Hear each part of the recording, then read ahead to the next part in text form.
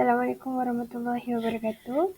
Saya dari kumpulan 7 akan membentangkan tajuk Asam Iyat, iaitu ahli kumpulan saya terdiri daripada Nur Aisyah binti Nur Azalan dan saya sendiri Nur Farhani binti Ahmad Zaiz.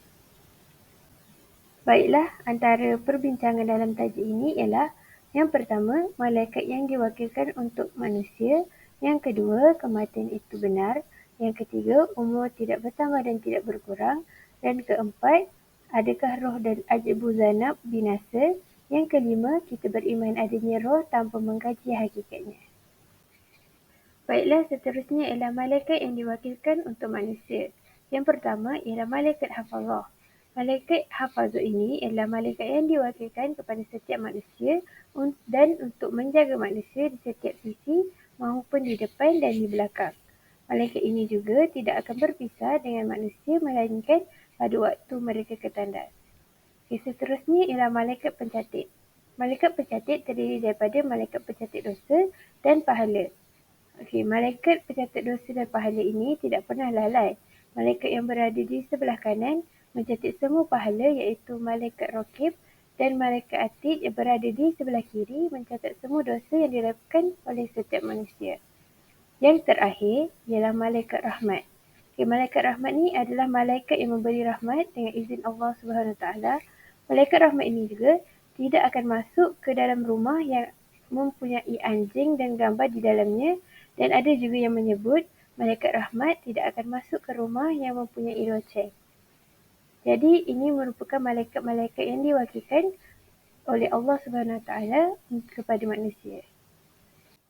Yang seterusnya ialah kematian itu benar.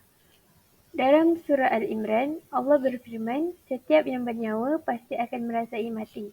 Jadi tidak ada sesiapa pun yang akan kekal di dunia ini.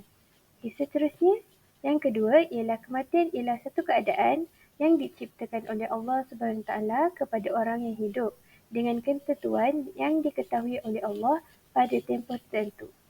Yang ketiga, manusia berbeza pandangan tentang kematian. Mengikut ahli sunnah, kematian ialah mati yang berlaku atas ketentuan Allah SWT. Yang keempat, malaikat maut akan mencabut nyawa seseorang apabila Allah SWT memerintahkannya untuk mencabutnya. Di dalam surah Az-Zumar, Allah berfirman, Allah yang menguasai segala-galanya, Dia yang mengambil dan memisahkan satu-satu jiwa dari badannya, jiwa orang yang sampai ajalnya semasa matinya. Maka di sini, kematian itu disandarkan oleh Allah SWT iaitu di atas kehendaknya. Yang keempat, para ulama menghimpunkan beberapa ayat dari dalam Al-Quran yang dengan menyatakan yang mematikan yang sebenar-benarnya ialah Allah SWT dan disandarkan yang mematikan itu kepadanya secara hakikatnya. Jadi, Allah SWT sahaja yang dapat mematikan dan menghidupkan seseorang manusia dan makhluknya sendiri. Perbincangan yang seterusnya, umur tidak bertambah dan tidak berkurang. Manusia ada ajal tertentu, tidak cepat dan tidak lambat, seperti mana firman Allah Subhanahu Wa Taala dalam surah An-Nahl ayat yang ke-61, dan apabila telah tiba waktunya, mereka tidak dapat mengundurkannya barang sesaat pun dan tidak pula memajukannya. Namun begitu, terdapat beberapa soalan mengenai ajal dan umur manusia. Soalan yang pertama, mengapa orang yang membunuh berdosa dan dibalas?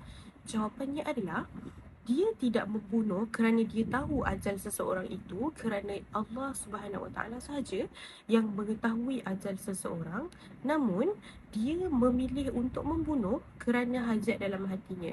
Hajat di sini terbahagi kepada dua, iaitu hajat yang dibenarkan oleh syarak seperti qisas ataupun hajat yang tidak dibenarkan oleh syarak seperti membunuh untuk memiliki harta.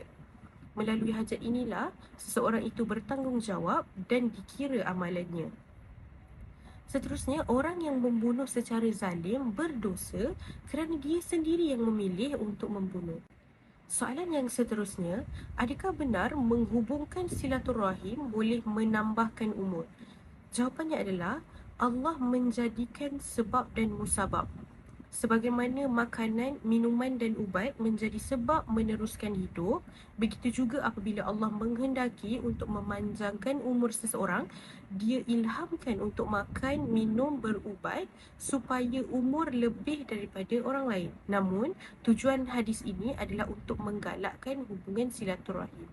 Sebahagian ulama' berkata bahawa barangkali makna bertambahnya umur itu ialah keberkatan kepada umur itu sendiri sehingga dia boleh melakukan amalan bermanfaat di dunia dan boleh dibawa ke akhirat.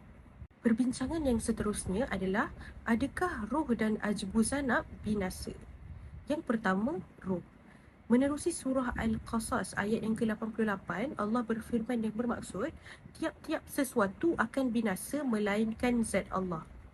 Jadi, ayat ini ingin menerangkan bahawa kekal yang sebenar ialah bagi Allah Subhanahu Wa Taala sahaja, kerana Allah tidak bergantung pada sesuatu yang lain. Selain dari Allah, semuanya akan binasa atau kekalnya sesuatu bergantung pada kehendak Allah.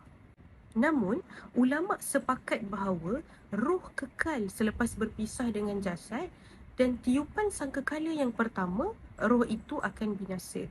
Kerana kekalnya roh selepas berpisah dari jasad itu diketahui untuk merasai nikmat ataupun azab kubur. Seterusnya, ajbu zanab. Ajbu zanab ialah satu tulang kecil di hujung tulang belakang manusia di tulang tongki. Dalam sebuah hadis yang diriwayatkan oleh riwayat Muslim, bermaksud sesungguhnya pada manusia itu ada sesuatu tulang yang tidak dimakan bumi selama-lamanya. Ini bermakna ajbu zanab ini tidak akan binasa. Namun, terdapat ulama' yang berpendapat bahawa ajbu zanab juga akan binasa dengan merujuk kepada surah Al-Qasas ayat yang ke-88 yang bermakna tiap-tiap sesuatu akan binasa melainkan zat Allah. Jadi kesimpulannya, ajbu zanab juga akan binasa. Seterusnya, perbincangan yang terakhir, kita beriman adanya roh tanpa mengkaji hakikatnya.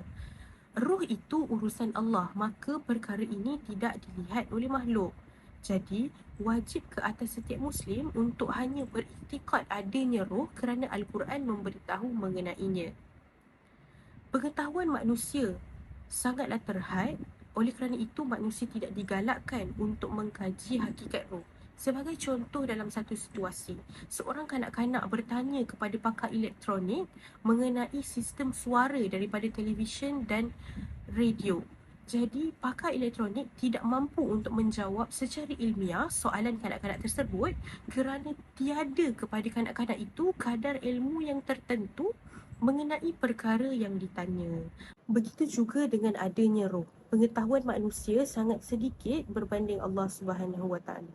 Seterusnya, para ulama' tidak berbicara tentang hakikat roh, bahkan mereka melarang dari berbicara tentang hakikat roh kerana tiada dalam kitab dan as-sunnah. Dalam firman Allah melalui surah Al-Isra ayat yang ke-36 bermaksud, dan janganlah engkau mengikut apa yang engkau tidak mempunyai pengetahuan mengenainya. Yang terakhir, Imam Al-Ghazali berkata bahawa 4 kalimah yang datang dari istilah syarak dengan satu makna dan kadang-kala dengan makna yang berbeza, iaitu roh, akal, nafsu dan kalbu. Catatan ini penting untuk menghuraikan kemusykilan dalam mentafsir nas-nas.